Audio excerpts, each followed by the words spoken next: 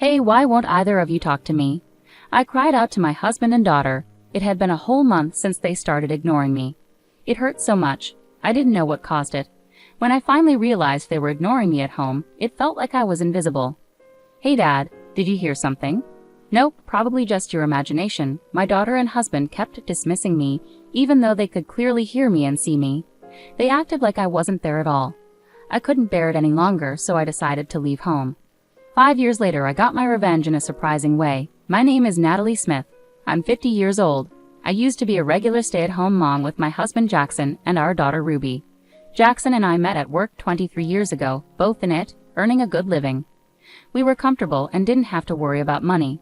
When I turned 30, we welcomed our healthy daughter Ruby into the world, and she grew up without any serious health problems. I became a stay-at-home mom when Ruby was born. I had planned to go back to work after a year, but Jackson disagreed. Natalie, do you really need to go back to work? He asked. I think I should for Ruby's future. My salary is good, and I can support us, I replied. But wouldn't it be better to save money? We've saved up plenty, he countered. I want you to focus on our daughter and the home, he added. After many discussions, I decided to quit my job. That's when my days filled with parenting and household chores began. To be honest, I didn't realize how tough parenting could be until Lena was born. The constant feeding every few hours left me sleep-deprived and often without an appetite, but I had to stay nourished for Ruby's sake. Balancing chores was also tough. I tried to get them done while Ruby slept, but often I'd end up sleeping too due to exhaustion. Jackson helped occasionally, but he usually left things to me. He'd step in when Ruby was calm but handed her back when she cried, and so the days passed by. In a flash, Ruby turned 16. After her sweet 16 party, she confronted me. Mom, I didn't have a photographer at my party, right? She asked. Well, you didn't want to rent a dress, so we bought a new one instead. Remember? That's why we didn't hire a photographer, I explained. What? Why not? All my friends had one. Ruby exclaimed. But you can't get a photographer for free, I pointed out. I don't care about that as a kid. Isn't that something parents should handle? She retorted. Just then, Jackson walked in from work and noticed the tension. What's going on? He asked. Ruby turned to him, complaining, Dad, all my friends had a photographer at their sweet 16 parties, and I was the only one who didn't. Mom's saying it's because I didn't want to rent a dress. Is that fair? Understanding her disappointment, Jackson said, I get it. If all your friends had one, you'd want it too. I'll hire a photographer for a photo shoot in your dress. I'll take care of the cost. Really? Thank you, Dad. I love you. Ruby exclaimed happily, then turned to me with disdain and walked out of the living room. I couldn't hold back from confronting Jackson, who seemed too eager to indulge Ruby. Wait a minute. Why are you making decisions like that without discussing it with me? I asked him. What's the big deal? It's just photos, he replied casually. Just photos. Do you realize how expensive it is to hire a photographer? It could cost over $1,000, I exclaimed. Well, Ruby wants it, and shouldn't you be the one paying for that? Jackson responded, shocking me with his unexpected suggestion. What? I blurted out in disbelief. He added sarcastically, I'm the one supporting the family, you know. You don't contribute to our expenses. That's true, but since Ruby was born, most of her needs have been covered from my savings, I explained. Shut up. You just do as I say. Who do you think you are, not doing the cleaning around here? Then leave. How do you expect to survive now, without a job? Jackson would taunt me with a smirk. As infuriating as it was, there was some truth in his words. Even as Ruby grew older, Jackson kept finding reasons to discourage me from returning to work, so I remained without an income. My savings, which were nearly $100,000 when we married, had dwindled to less than $20,000. If I left now, it would be tough to make it on my own. That realization silenced me. I clenched my teeth as Jackson triumphantly declared, You can't manage without me. Got it? Just do what I say. Don't argue with me again, and make sure you hire a photographer for Ruby's photo shoot, okay? Yes, I replied quietly as he tossed his suit aside and headed for the bathroom.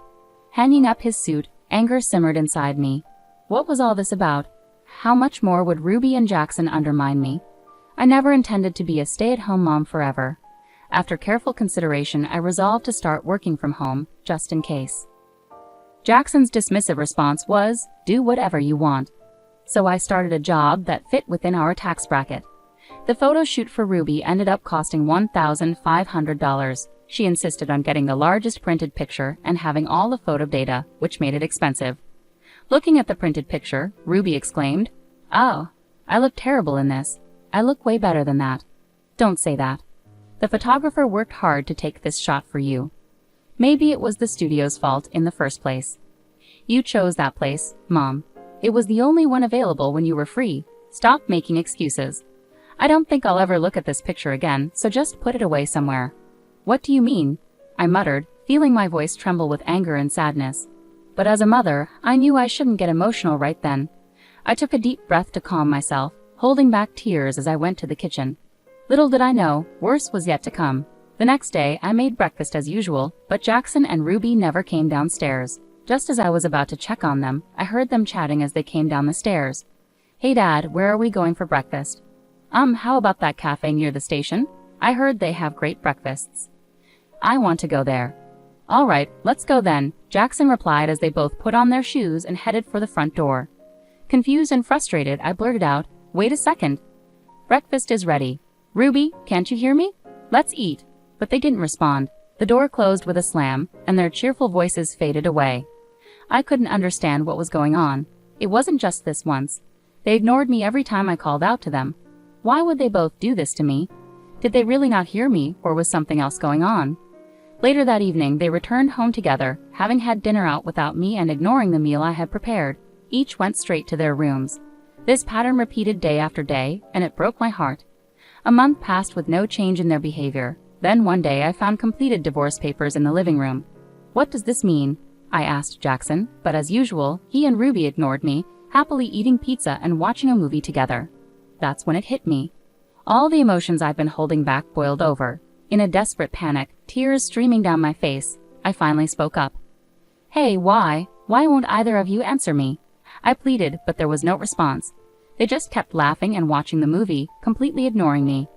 I didn't understand what had triggered this. By the time I realized it, my husband and daughter were ignoring me in our own home. "You're supposed to be my family, but here it's like I'm invisible," I cried out. "Hey Dad, did you hear something?" "Nah, probably your imagination." They dismissed me, even though they could clearly hear me and see me. They acted as if I didn't exist. I couldn't bear it any longer. Clutching the divorce papers, I packed only the essentials into my carry-on and left the house without saying a word. I took a train to my parents' home, about an hour away.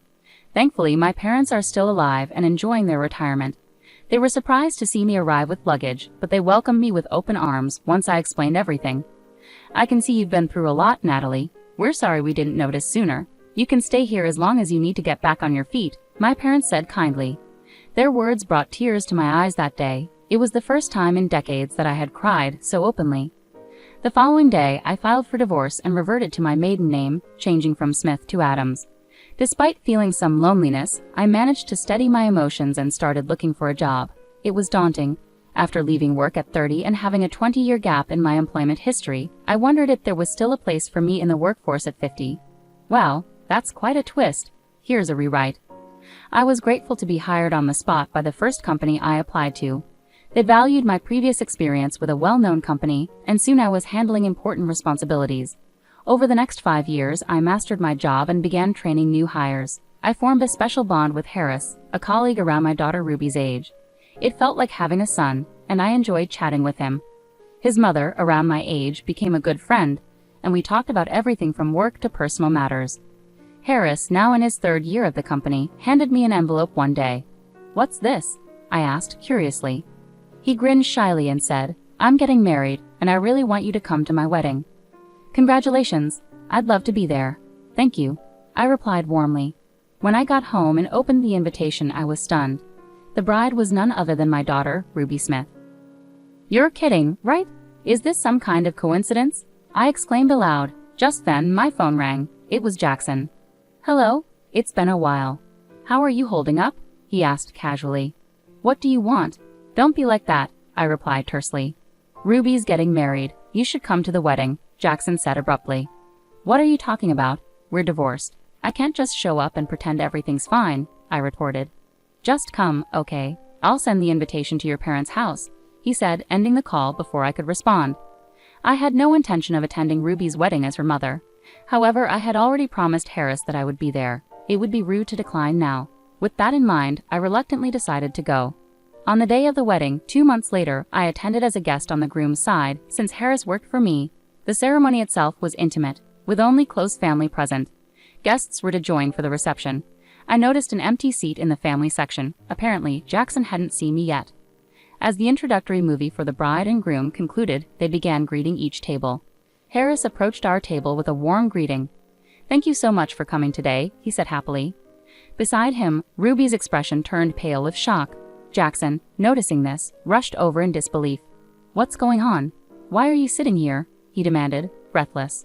All eyes in the room turned toward us. Harris, observing the tense moment, asked with curiosity, "Excuse me, do you know Ms. Adams?" Jackson replied hastily, "She's Ruby's mother." "What?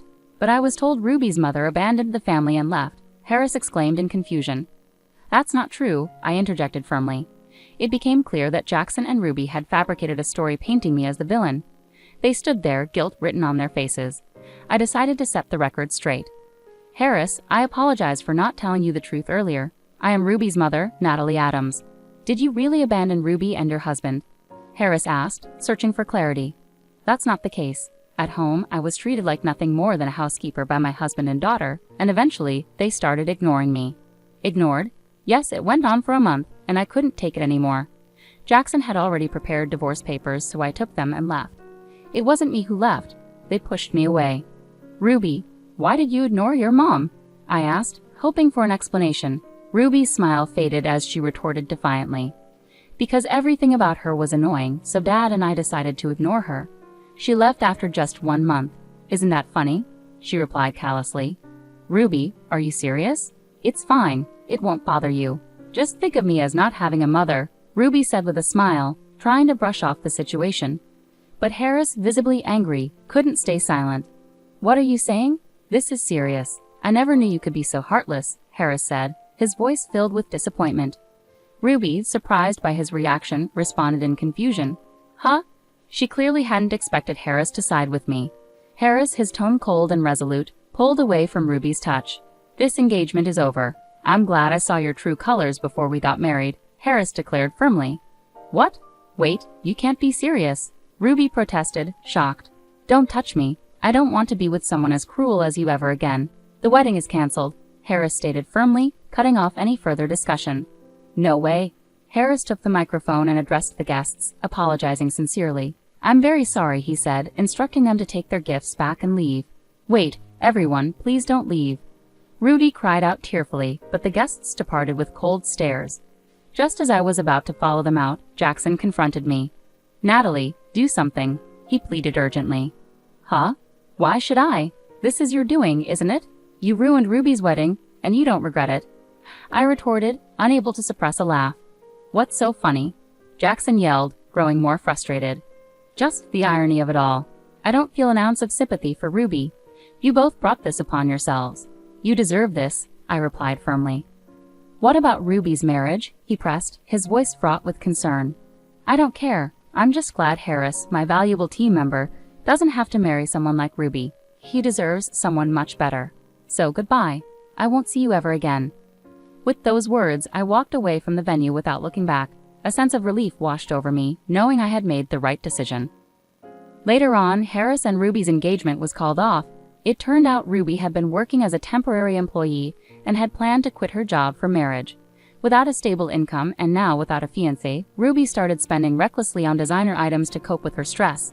Meanwhile, Jackson found himself draining his savings to support Ruby's lifestyle. It was clear their unsustainable lifestyle was heading towards disaster. Finally free from those burdens, I felt liberated. Moving forward, I want to focus on living my life to the fullest, pursuing my own happiness without being weighed down by their drama.